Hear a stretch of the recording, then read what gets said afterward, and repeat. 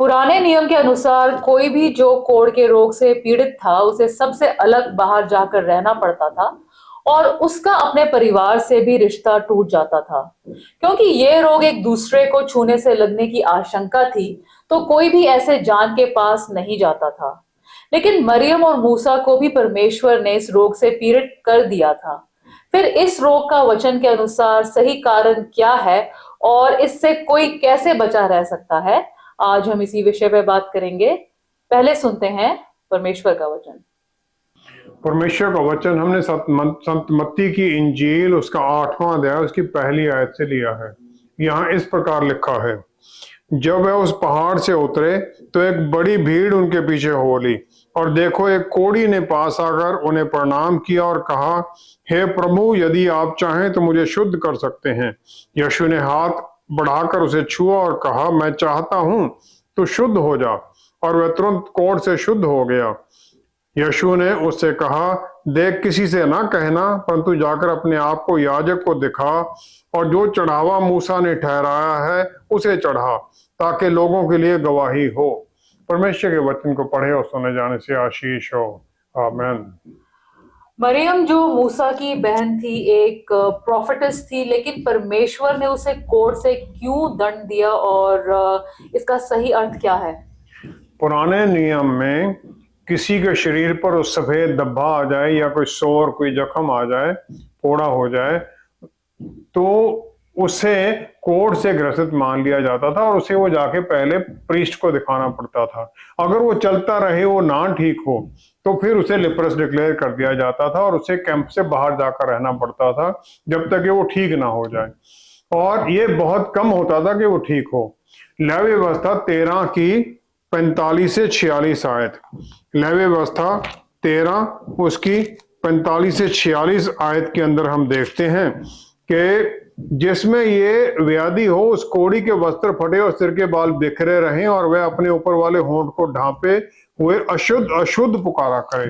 वो बाहर रहता था और वो अनक्लीन अनक्लीन बुलाता रहता था, और इस प्रकार से बाहर रहना होता था, दूसरों से अलग होना होता था। और किसी के कपड़े पर या किसी के घर में भी इस प्रकार कोई धब्बा आ जाता था तो उसे भी, कपड़े को भी जला दिया जाता था और घर को गिरा दिया जाता था। ये इसलिए होता था ताकि दूसरों को उससे बचाया जा सके, ताकि दूसरे इस प्रकार की बीमारी से ग्रसित ना हो जाएं कहीं। इब्रानी भाषा का शब्द तजारुत, जिसका मतलब है कोढ़, लेकिन ये वो कोढ़ नहीं है जो कि आज के उसमें हम जानते हैं, जैसे हैंसेंस डिजीज भी कहा जाता है, जिसके कारण हाथों की उंगलियां, ये आगे के हिस्से जो हैं, या पैरों के हिस्से या नाक या कान सड़कर गिर जाते हैं। लेकिन जो पुराने संत थे वो इसे एक आत्मिक तकलीफ, आत्मिक प्रॉब्लम समझते थे, जो कि शरीर में उत्पन्न होती थी, ताकि जिसे हुआ उसे वार्निंग दी जा सके कि उसके ऊपर ये आत्मिक सजा दी गई है, सुपरनैचुरल पनिशमेंट है, स्पिरिचुअल। जो पाप है वो किसी को आत्मिक तौर पर हनन कर, उसको करप्ट करता है, जिस प्रकार कोढ़ किसी को शरीर से तकलीफ देता है। और इन दोनों में पवित्रता, सफाई की जरूरत पड़ जाती है, जिस प्रकार पुराने नियम में एक जो प्रीस्ट था वो करता था। निर्गमन 4 अध्याय पहली आयत में मूसा को परमेश्वर ने बोला कि वो जाएगा, इजरायलियों को मिस्र की दास्ता से छुड़ा के लाएगा, लेकिन उसने अपने लोगों पर शक किया कि वो शायद मेरी बात नहीं मानेंगे कि यहोवा परमेश्वर तुम्हारे सामने तुम्हें मिले हैं। तो परमेश्वर ने उसे 2 साइन दिए ये प्रूव करने के लिए। पहला था कि जो उसके हाथ में डंडा था उसने जमीन पर छोड़ा, वो सांप बन गया। जब मूसा ने उसे उसकी पूंछ से पकड़ लिया तो फिर वो डंडा बन गया। दूसरा था कि उसका हाथ के ऊपर कोढ़ हो गया, बर्फ की तरह वो सफेद हो गया। और फिर वो दोबारा ठीक हो गया जब उसने उसे अपने कपड़े कमीज में अंदर डाला। तो गिनती 12वां अध्याय पहली दूसरी आयत में इसी प्रकार मरियम ने, जो कि मूसा की बड़ी बहन थी, और हारून, दोनों ने मूसा की निंदा की। क्यों? उसने एक इथियोपियन औरत जिपोरा से उसने शादी कर रखी थी। और इस प्रकार उन्होंने अपने वचन के द्वारा परमेश्वर की बात का शक कर लिया कि ये उन्होंने कह दिया कि क्या परमेश्वर ने सिर्फ मूसा से ही बात की है, क्या परमेश्वर ने हमसे बात नहीं की है? और उसी समय परमेश्वर ने उन तीनों को मिलाप के तंबू में बुलाया और फिर उन्हें परमेश्वर ने कह दिया कि मूसा के साथ मैं आमने सामने बात करता हूं और वो मेरे अक्स को देखता है, मेरी फॉर्म को देखता है। और फिर इस प्रकार उन्हें ताड़ना देने के बाद में परमेश्वर चले गए। लेकिन उनके जाते ही मिरियम को कोढ़ हो गया। मूसा ने फिर 13वीं 14वीं आयत में मूसा ने परमेश्वर की पुकार लगाई। मूसा ने कहा कि हे ईश्वर, कृपा कर और उसको चंगा कर। यहोवा ने मूसा से कहा कि वह 7 दिन तक छावनी से बाहर बंद रहे, उसके बाद वह फिर भीतर आने पाए। और मिरियम को इस प्रकार उसकी वो वचन के कारण उसे सजा मिल गई और उसे बाहर रहना पड़ा 7 दिन के लिए। 15वीं आयत में लिखा गया है, परमेश्वर ने अपनी दया की और परमेश्वर ने जो उसकी प्रोफेटस के कारण, जो उसकी धार्मिकता थी, जो पुराने उसके काम थे, उसके कारण कैंप को 7 दिन का वहीं रखा। क्योंकि अगर चल पड़ते तो जब तक कैंप दोबारा स्थापित नहीं होता था वो दिन नहीं काउंट होने थे। 7 दिन तक वो वहीं रुके रहे और फिर उसके बाद में मरियम अंदर आ गई। वचन के अनुसार लेपरकोड या मेडजोरा जो इंसान था वो मौर्जी शेम था। इब्रानी भाषा का शब्द मौर्जी शेम, या वो जो किसी के बारे में बुरी बात करता था या जो दूसरों को नीचा दिखाता था। जो यहूदी संत थे वो ये मानते हैं कि लशोनहारा, जो कि वो इंसान जिसकी बुराई करने वाली जुबान है, वो सबसे ज्यादा पापी है। हालांकि वो 3 पाप मानते हैं, एक तो बुत पूजा, दूसरा किसी के साथ गलत शारीरिक संबंध बनाना और तीसरा किसी का वध करना या खून खराबा करना। इन तीनों के कारण परमेश्वर की हजूरी से वो इंसान को हटा दिया जाता है। लेकिन वो कहते हैं लशोनहारा, जिसकी ये जुबान में गलत बातें हैं, वो इन तीनों से भी ज्यादा बुरा है। क्योंकि जो इस प्रकार की बात करता है वो 3 लोगों को मार देता है। पहला तो वो जो सुनता है, पहला जो बोलता है, दूसरा जो सुनता है और तीसरा वो जिसके बारे में बोला जा रहा है। नीति वचन 18 के 21 में लिखा गया है जुबान के बल के बारे में कि ये अच्छा और बुरा करने की इसमें शक्ति है। उसमें लिखा है जुबान में मृत्यु और जीवन की शक्ति है। एक ट्रांसलेशन के अनुसार शब्द मारते हैं, शब्द जीवन देते हैं, शब्द में जहर है, शब्द में फल है। हमें चुनना है हमें क्या इस्तेमाल करना है। नीति वचन में यह कहा गया है। उत्पत्ति 2 अध्याय 7वीं आयत में जब परमेश्वर ने उस मिट्टी की ढेरी में सांस फूंक दिया तो इंसान जीवता पुरुष बन गया, लिविंग बीइंग। लेकिन यहूदी लोग इसे मानते हैं वो बोलने वाला पुरुष बन गया। बोलने वाला पुरुष, जीवता पुरुष, क्योंकि वो परमेश्वर के साथ बात कर सकता था और वही एक इंसान था धरती पर जो उससे बात कर सकता था परमेश्वर से। जो जुबान है वो किसी से बात करने के लिए है, किसी को कंडेम करने के लिए नहीं है, किसी को ऊपर उठाने के लिए है, उसे नीचा करने के लिए नहीं है। और जब फिर हम इसे एक हथियार की तरह इस्तेमाल करने लग जाते हैं तो फिर वो लशोनहारा का जो बुराई की बात है वो हमारी जुबान पर आ जाती है और फिर हम परमेश्वर की हजूरी से बाहर हो जाते हैं। परमेश्वर ने हर चीज को पवित्र आत्मा परमेश्वर और वचन की दोनों की शक्ति के साथ बनाया है। उन्होंने कहा और वो हो गया। पवित्र आत्मा परमेश्वर के साथ वो हो गया। जब इंसान को बनाया गया तो वो परमेश्वर के अक्स रूप में बनाया गया और उसके जुबान में भी ये बल दे दिया गया कि वो किसी को आशीष कर सके और अपने वचन के द्वारा वो सब काम कर सके। मरियम ने मूसा को बचाया। जब फिरौन की लड़की ने उसे नील नदी से निकाल लिया तो वो अपनी मां को वहां ले गई ताकि उस बच्चे को दूध पिलाया जा सके। लाल समुद्र दुफाड़ होने के बाद में इजरायली जब क्रॉस कर गए, मिरियम दूसरी औरतों के साथ परमेश्वर की महिमा का गीत गाती है वहां पर। और ये माना जाता है कि ये मरियम की धार्मिकता थी कि जब वो 40 साल वहां जब तक मरियम थी, इजरायली लोगों को उस समय उसकी धार्मिकता के कारण पानी मिलता रहा। और जब माना जाता है कि मरियम की मृत्यु भी मूसा और हारून की तरह ही परमेश्वर की तरफ से किस ऑफ डेथ के द्वारा हुई। मौत का उस पर कोई अधिकार नहीं था, परमेश्वर ने उसे उठाया, इस प्रकार उसकी मृत्यु हुई। लेकिन परमेश्वर इस बात के लिए उससे इतने ज्यादा क्रोधित क्यों हो गए? मूसा एक अद्भुत प्रॉफिट था, यूनिक प्रॉफिट था, जिससे कि हर पल परमेश्वर से बात करने के लिए, उनकी बात सुनने के लिए तैयार रहना था, और उसे रिचुअल प्योरिटी में रहना था। रिचुअल प्योरिटी थी कि जो जैसे प्रीस्ट जब साल में एक बार जाता था परमेश्वर के भवन में, होली ऑफ होलीज में, महापवित्र स्थान में, एक हफ्ते के लिए अपनी पत्नी से दूर रहता था। मूसा इसी प्रकार अपनी पत्नी जिपोरा से दूर रहता था। और ये माना जाता है कि मरियम ने अपनी भाभी के साथ ये होते हुए देखकर उसने ये गलत सोचा। उसने सोचा कि इन दोनों का रिश्ता दोबारा बनना चाहिए, और वो हारून से उसने बात की। और दोनों ही प्रॉफिट थे, हारून भी और मरियम भी प्रॉफिट थी। मरियम की जो इंटेंशन थी वो सही थी, इरादा उसका सही था, लेकिन उसकी गलती थी कि उसने हारून से बात की और हारून से, मूसा से डायरेक्ट बात नहीं की।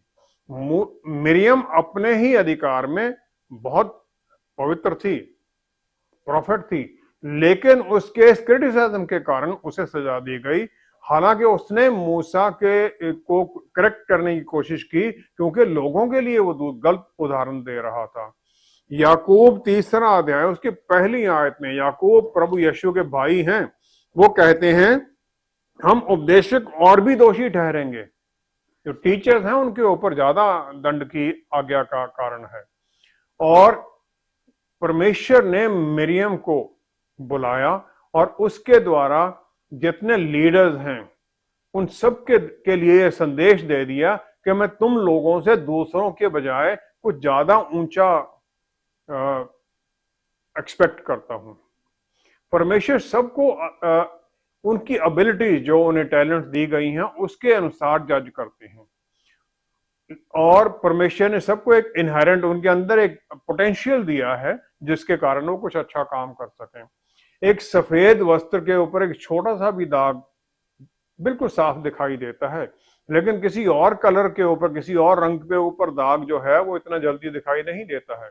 इसी प्रकार मरियम की एक छोटी सी बात के लिए उसे सजा इतनी भयानक दी गई, क्योंकि उसका जो दाग था वो सबके लिए एग्जाम्पल बन रहा था।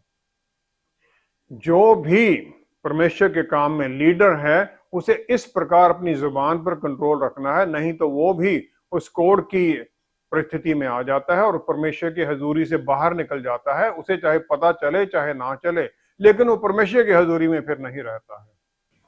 इस प्रकार का दंड मिलने से क्या हम परमेश्वर के लिए किसी भी तरह से यूजफुल नहीं रहते, और फिर हम इसमें कुछ अच्छा कैसे कर सकते हैं? परमेश्वर ने हमें हमारी किसी खूबी के लिए नहीं चुना है, यह उनका अनुग्रह, उनका प्यार है। रोमियो के पुस्तक 5वां अध्याय 8वीं आयत में पौलुस रसूल कहते हैं कि परमेश्वर ने हम पर अपने प्रेम की भलाई इस रीति से प्रकट करता है कि जब हम पापी ही थे तभी मसीह हमारे लिए मरा। प्रभु यीशु हम पापियों के लिए कुर्बान हुए। गिनती 22 की 28 आयत में परमेश्वर ने बलाम नबी के गधे का मुंह खोल दिया ताकि वो उसे बोलकर बता सके, और परमेश्वर फिर उसे बता सके तुमने वही बोलना है जो मैं तुम्हें बताऊंगा। कोड इसी प्रकार दो तरह का माना जाता है। बीमारी जो है, एक तो वो है जिसमें हाथ वगैरह सड़ जाते हैं, हैंसेंस डिजीज, जो आजकल बहुत कम है लेकिन है फिर भी, और इस प्रकार वो इंसान बड़ी बुरी तरह से मृत्यु प्राप्त करता है। दूसरी आत्मिक सजा है जो कि मरियम के ऊपर हुई थी, या मूसा को भी वो दिखाया गया था। दोनों तरफ से परमेश्वर किसी को भी अपना मकसद पूरा करने के लिए इस्तेमाल कर सकते हैं। मरियम के द्वारा पूरे इजराइल को ये वार्निंग दे दी गई थी। सीरियन आर्मी, अराम की आर्मी ने समारिया के ऊपर धावा बोल दिया और समारिया को घेर लिया, जो कि नॉर्दर्न किंगडम इजराइल की राजधानी थी। 10 ट्राइब उसमें थे। दूसरा राजा 6ठा अध्याय 25 से 27 आयत में, तो वहां पर ये लिखा गया है यहाँ कि शमरौन में बड़ा अकाल पड़ा और वह ऐसा घिरा रहा कि अंत में एक गधे का सिर चांदी के 80 टुकड़ों पर बिकने लग गया खाने के लिए। इतनी ज्यादा बुरी हालत थी। और दो औरतों ने राजा को अपने झगड़े में सहायता के लिए पूछा, तो राजा ने उसे कह दिया कि अगर यहोवा तुझे ना बचाए तो मैं कहां से तुझे बचाऊं। मतलब राजा भी इतना ज्यादा परेशान था। फिर दूसरा राजा 7वां अध्याय पहली दूसरी आयत में एलीशा नबी ने यह डिक्लेयर कर दिया कि कल के दिन समारिया में इसी समय शमरौन के फाटक में सवा भर मैदा एक शक्ल में और 2 सेया जौ भी एक शक्ल में बिकेगा। इतना सस्ता सब कुछ हो जाएगा। नबी ने यह डिक्लेयर कर दिया, लेकिन जो परमेश्वर ने यह चमत्कार किया है बड़ा अद्भुत तरीके से किया। उस शहर के 4 कोढ़ी थे जो कि शहर से बाहर रहते थे, और वो एक दूसरे से बात करने लग गए अपनी हालत के बारे में। उन्होंने देखा कि शहर के अंदर अकाल है, वहां तो कुछ मिलेगा नहीं, बाहर में हम भूख से मर रहे हैं। तो उन्होंने कहा कि 3 ऑप्शन है, या तो हम यहीं रहें, बाहर में तो मर जाएंगे, अंदर जाएंगे तब भी मरेंगे। तो तीसरी ऑप्शन थी कि हम जो अरेमियन का जो कैंप है वहां चले जाएं, शायद हमें वो कुछ खाना दे दें और हम रह जाएं। अगर वो मारेंगे तो मरना तो वैसे भी है। तो इस प्रकार वो उनकी तरफ चलने लग गए। फिर 7वां अध्याय दूसरा राजा 7वां अध्याय 6-7वीं आयत में जब वो आराम की छावनी को जाने लगे और आराम की छावनी के छोर पर पहुंचकर क्या देखा कि वहां कोई नहीं है, क्योंकि आराम की सेना को परमेश्वर ने रथों और घोड़ों और भारी सेना की ऐसी आहट सुना दी कि वे आपस में कहने लगे, सुनो, इजराइल के राजा ने हित्ती और मिस्री राजाओं को वेतन पर बुलाया है कि हम पर चढ़ाई करे। और वो सब कुछ छोड़कर भाग गए। परमेश्वर ने उन 4 कोड़ियों के जो पैरों की आवाज थी उसको इतना ज्यादा बड़ा बना दिया जैसे रथों और घोड़ों की आवाज हो, और इस प्रकार वो पूरा कैंप खाली मिला उन 4 कोड़ियों को, और सब खाना सब कुछ वहीं पड़ा उनका, और सब अपनी जान बचाने के लिए भागे वो। और जब उन्होंने काफी खाया, कुछ उन्होंने छुपा भी दिया, फिर उनके मन में आया कि नहीं, हम ये गलत कर रहे हैं, हमें समारिया में भी जाके लोगों को ये अच्छी खबर बतानी चाहिए। पहले तो राजा ने इस बात का यकीन ही नहीं किया जब उन्होंने जाके जो गार्ड थे गेट पर उन्हें बताया। फिर जब उसने लोग भेजे तब उसे ये सच्चाई उसका पता चला, और जो एलीशा नबी ने भविष्यवाणी की थी वो पूरी हो गई, वो 4 कोड़ियों के चलने के द्वारा। दूसरा राजा 7वां अध्याय 17वीं-18वीं आयत में जो राजा का जो उसका वजीर था, जिसके साथ वो चलता था, सरदार, उसे राजा ने फाटक का अधिकारी ठहराया, पर वह फाटक पर में लोगों के पांवों के नीचे दबकर मर गया। और क्योंकि एलीशा नबी ने कह दिया था कि तू ये सुन देखेगा लेकिन तू इसका खाना नहीं खा सकेगा तू ये। तो अगर हम नबी के वचन के ऊपर वो विश्वास नहीं करते हैं तो सजा के हकदार भी हो जाते हैं, क्योंकि फिर हम उसके खिलाफ बोलते हैं, परमेश्वर के वचन के खिलाफ बोलने लग जाते हैं। वही लहशन हारा जो है वो फिर बात हमारी बुरी आवाज आने लग जाती, बुरी जुबान हो जाती है। पहला परमेश्वर के काम में इस्तेमाल होने के लिए है कि हम आगे बढ़े विश्वास में, चाहे सिचुएशन कैसी भी हो, होपलेस हो, कोई बात नहीं। अगर हम एक ही जगह पर बैठे रहते हैं, फंसे रहते हैं, तब फिर हम कोई बदलाव नहीं आएगा। हम अपने जो शेड्यूल है उसे बदल लें, जो हमारी परेशानी है उसे हम दूसरों के साथ शेयर कर लें, जो हमारी कमजोरी, जो शर्मिंदा कर रही है हमें बात, और फिर या हम वचन पढ़ने लग जाएं, वचन सीखने लग जाएं, अपने शेड्यूल में कुछ ना कुछ बदलाव करें। और जब हम इस प्रकार नॉर्मल पैटर्न्स को चेंज करते हैं तो अपने अंदर हम एक नया बल शुरू कर देते हैं, और परमेश्वर उस बल के परमेश्वर के द्वारा वो बल आता है, परमेश्वर पे नए रास्ते हमारे लिए खोलने लग जाते हैं, नई अपॉर्चुनिटीज बनने लग जाती हैं। 4 कोढ़ी चले और फिर उन्हें परमेश्वर ने आशीषित किया, और उनके द्वारा समारिया के जो भूख से मर रहे लोग थे वो भी आशीषित हुए। दूसरा है अपोजिशन से डरो मत। जब हम किसी दूसरे की तरफ चलते हैं बात करने के लिए, उसकी सहायता मांगने के लिए, तो ये होता कि पता नहीं मानेगा कि नहीं मानेगा, कंडेम कर देगा। लेकिन डरे ना हम। जब हम परमेश्वर की के वचन के अनुसार सही बात कर रहे हैं, सही काम कर रहे हैं, उनकी इच्छा के अनुसार चल रहे हैं, फिर हम चिंता ना करें, क्योंकि दूसरे क्या करेंगे उसका हम फिक्र ना करें। कोड़ियों ने सोचा था कि जब हम वहां जाएंगे तो पूरी सेना हमें मारने के लिए तैयार होगी, लेकिन परमेश्वर ने सब कुछ बदल दिया। जो अलग अलग उम्र के लोग हैं वो हर एक बात को दूसरी तरह से देखते हैं। एक 20 साल का जो जवान है वो सेल्फ कॉन्शियस रहता, वो ये सोचता रहता दूसरे मेरे बारे में क्या सोच रहे होंगे। जो एक 40-50 साल की उम्र का हो जाता है वो सोचता है कि मैं अपने काम परमेश्वर की इच्छा के अनुसार करने की कोशिश करूं, दूसरा क्या करता है मुझे कोई लेना देना नहीं है। फिर जो 60 से ऊपर या मेरी उम्र में जो आ जाता है, फिर वो रियलाइज करता है कि सारी उम्र में ऐसे ही चिंता करता रहा, किसी ने मेरे बारे में तो सोचा ही नहीं, everybody is busy in his own work.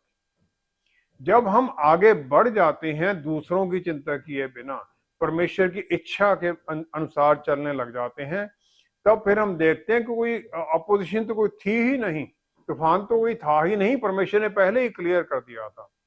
तीसरा पॉइंट ये है, हम सबके अंदर एक कोड़ी है बैठा हुआ, और ये वो हमारा चरित्र का वो एक ट्रेट है जो हमें अंदर से वो गंदा कर देता है, जिसके कारण हम अपने अंदर से गंदगी महसूस करने लग जाते हैं, और फिर हम आइसोलेट अपने आप को कर लेते हैं, और हम अनवर्दी सोचने लग जाते हैं कि हम किसी काम के लायक नहीं हैं। और फिर ये बहुत बार हमें मुक्ति के द्वार से भी दूर कर देता है, और मुक्ति हमारे लिए कोड़ियों से भी आ सकती है। कोड़ी कौन है? जो आइसोलेट किए गए, जो बाहर हैं, हमसे दूर हैं, जिनकी हम नहीं सुनना चाहते हैं। हम सोचते हैं कि तिरस्कार किए गए हैं, लेकिन उनके संदेश के द्वारा भी हम आशीष पा सकते हैं। जब हम जो हमारे चारों तरफ ये बुरी भाषा वाले लोग हैं, जब हम इनका तिरस्कार करते हैं, उन्हें कंडेम करते हैं, तो हम इस प्रकार किसी तरह की आशीष से वंचित हो सकते हैं, क्योंकि जो वो बोल रहे हैं शायद हमारे अंदर वो सच भी हो, हमें उसे ठीक करने के लिए शायद मैसेज परमेश्वर दे रहे हो। जब हम उस प्रकार जो हमारे अंदर लिपर है, जो बुरी भाषा वाला है, जब हम उसे इग्नोर करने लग जाते हैं, तो हम अपनी मुक्ति का द्वार भी बंद कर देते हैं। और जब हम किसी दूसरे में कोई बुराई की बात देखते हैं जो शर्मिंदगी का कारण है, तो हमें यह भी यकीन रखना चाहिए कि जो हमारे अंदर है हम उसे भी एडमिट करने के लिए करेज रखें, और फिर पूरी ईमानदारी के साथ ये बात करें हम। और फिर हमें एक नया प्लेटफॉर्म परमेश्वर दे देते हैं कि हम सोशल, मॉरल, इमोशनल और स्पिरिचुअल, आत्मिक चारों में ऊपर उठाए जाएं। हो सकता है जो हमारे अंदर वो कोड था, जो बुरी जुबान की बात थी, वो हमें फ्री कर दे हमारी कैद से, तो लोहे की छड़ें हमारी कट जाएं और हम दूसरों के लिए आशीष का कारण बन जाएं, और हम दूसरों को अच्छी बातें बताने लग जाएं, हम अपने आप को सुधार लें। इस प्रकार हम चाहे कैसे भी हों, परमेश्वर के काम में इस्तेमाल होने के लिए इन 3 बातों के द्वारा हम आशीषित हो सकते हैं, उनके लिए लाभदायक हो सकते हैं। हमारे अंदर के इस कोड को हम अगर किसी के साथ शेयर भी करते हैं तो ये डर बना रहता है कि बाकी सबको भी इसका पता ना चल जाए। ऐसी कमजोरी से छुटकारा पाने का सही तरीका क्या है? इस दुनिया में तकरीबन हर इंसान लशौन हारा, उस बुरी जुबान से ग्रसित है, और हम समझते नहीं है, जानते नहीं हैं, और आम तौर पर हम दूसरे में ये दोष देखते हैं, और जो हमारे अंदर ये दोष है उसको हम, जो कि और भी ज्यादा है, हम उसको देख नहीं पाते, क्योंकि हमारे अंदर वो दोष है, तो इसीलिए हमें दूसरों में दिखाई देता है वो। और पहली बात इससे छुटकारा पाने के लिए है कि हम इस दोष को माने कि हमें इससे छुटकारा पाने की जरूरत है, क्योंकि जब तक हम किसी बीमारी को समझते ही नहीं है तो उसके इलाज के लिए हम जाएंगे भी नहीं। दूसरा है सहायता मांगे किसी से। मत्ती 8 की 2-3 आयत में एक कोढ़ी है जो प्रभु यीशु के पास आता है और उन्हें प्रणाम किया, उसने उनको वर्शिप करता है। फिर वो कहता है, हे प्रभु, यदि आप चाहें तो मुझे शुद्ध कर सकते हैं। प्रभु यीशु ने हाथ बढ़ाकर उसे छुआ और कहा, मैं चाहता हूं तू शुद्ध हो जा, और वो उस बीमारी से छुटकारा पा गया। जो कोढ़ी था वो छुटकारा पाता है क्योंकि वो पहले समझता है कि उसे जरूरत है सहायता की। दूसरा, वो ये भी समझता है कि किससे उसे ये सहायता मिलेगी। और तीसरा है, वो उसी सोर्स के पास चला जाता है जिसमें जीवन है, प्रभु यीशु के पास पहुंच जाता है दीनता में और आदर भाव में। और इसी प्रकार हमारे भीतर भी पवित्र आत्मा परमेश्वर हैं जो हमें सहायता करते हैं कि हम अपनी जरूरत को समझें और फिर उसे हमें बल देते हैं उस कमजोरी पर जय पाने के लिए। तीसरा पॉइंट है कि हम दूसरों को भी बताएं, क्योंकि बहुत लोग हैं जिन्हें शारीरिक और आत्मिक तकलीफों से छुटकारे की जरूरत है। मार्कुस 5 की 26-27 आयत में वो 12 साल से लहू बहने वाली औरत का दृष्टांत है। 26-27 में लिखा है, उसने बहुत वैद्यों से बड़ा दुख उठाया और अपना सब माल व्यय करने पर भी उसे कुछ लाभ न हुआ, परंतु और भी रोगी हो गई थी, और भी तकलीफ में चली गई थी। फिर उसे पता चला प्रभु यीशु के बारे में। When she heard about Jesus, किसी ने उसे बताया तो उसे पता चला और फिर प्रभु यीशु के पीछे आ गई। इसी प्रकार जब हम किसी को बताते हैं तो किसी की हम सहायता कर सकते हैं कि वो इस प्रकार प्रभु यीशु से छुटकारा पाने की आशीष में आगे बढ़े। चौथा है कि हम दूसरों की मदद करने के लिए तैयार हो जाएं, क्योंकि हर एक विश्वासी को प्रभु यीशु ने यह अधिकार दिया है कि जो काम उन्होंने किए हम वो भी कर सकते हैं, बल्कि उससे भी बड़े काम कर सकते हैं। और जब हम ये करते हैं तो उनके अधिकार और उनके बल में आगे बढ़ने लग जाते हैं, फिर हमारा विश्वास भी बढ़ता है और हम भी आशीष पाने लग जाते हैं। और जब हमारे पास कोई आता है इस प्रकार विश्वास में सहायता मांगने के लिए, तो हम उसके जीवन में चमत्कार की आशा भी करें, और ताकि फिर हमारे जीवन में भी चमत्कार होने लग जाए और हमारा विश्वास भी बढ़े। पांचवा है बी डिस्क्रीट। किसी ने हमारे साथ कोई प्रॉब्लम शेयर की तो हम उसको दूसरों को ना बताएं, क्योंकि अगर बताना है तो वो किसी और को बताए। आमतौर पर हम दूसरों को प्रार्थना के लिए बोलने लग जाते हैं और पूरे शहर में उसकी बात पहुंच जाती है। अगर उसको किसी और से प्रार्थना की जरूरत है तो वो बात करे, हम ना किसी को बोलें। इस प्रकार हमें भी वो दंड का भागीदार बनने के हम अधिकारी हो जाते हैं, क्योंकि लहशोनहारा हमारे अंदर भी आ जाता है, हम किसी की बुराई कर रहे हैं। फिर इसके लिए अच्छा है कि हम कम बोलें और दूसरों की बात ज्यादा सुने, और इस प्रकार हम सुरक्षित रहते हैं। और फिर हम गप्पे भी ना मारे, ना गप्पों को सुने। प्रकाशित वाक्य 21 की 8वीं आयत में लिखा है, घिनौने और झूठे उनका भाग इस झील में मिलेगा जो आग और गंधक से जलती रहती है, ये दूसरी मृत्यु है। उन्हें परमेश्वर की हजूरी में जाने का नहीं होगा, वो नरक में जाएंगे। हर एक विश्वासी एक काम चल रहा है, उसके अंदर से पवित्र आत्मा परमेश्वर उसे बदल रहे हैं प्रभु यीशु के अक्स और रूप में। और जितना हम अधीनगी में चलते हैं उतना हम इस प्रकार कोड़ से बचते रहते हैं। जितने हमारे अंदर बुराइयां उनसे हम निकलते रहते हैं, फिर हम परमेश्वर की इच्छा के अधीन आ जाते हैं और हम पवित्र होने लग जाते हैं और उसके काम में आगे बढ़ते हैं। आइए हम प्रार्थना करें। पिता परमेश्वर, धन्यवाद है आपका कि आपने अपने प्यारे बेटे को भेजा ताकि हम उनके द्वारा हर तरह की आशीष पाएं। पवित्र आत्मा परमेश्वर, हमारे अंदर जो कमियां हैं उन्हें पहचानने में हमारी सहायता कीजिए, ताकि हम उन सब पर प्रभु यीशु के द्वारा जय पाएं, आपके बल में जय पाएं। पिता परमेश्वर, धन्यवाद देते हुए सब कुछ प्रभु यीशु के पवित्र नाम में मांगते हैं। आमीन, आमीन, आमीन। हम सब में दूसरों की बातें करने और सुनने की इच्छा है, और यही वो कोड है जो हमें परमेश्वर से और उनके लोगों से दूर करता है। जितनी जल्दी हम अपने अंदर इसकी पहचान कर लेते हैं, उतनी जल्दी ही हम इससे छुटकारा पाने की कोशिश करते हैं। परमेश्वर भले हैं और हमें हर प्रकार से आशीष देने के लिए तैयार हैं जब हम उनसे मांगते हैं। Thank you for joining us. See you next time. Stay blessed. Shalom.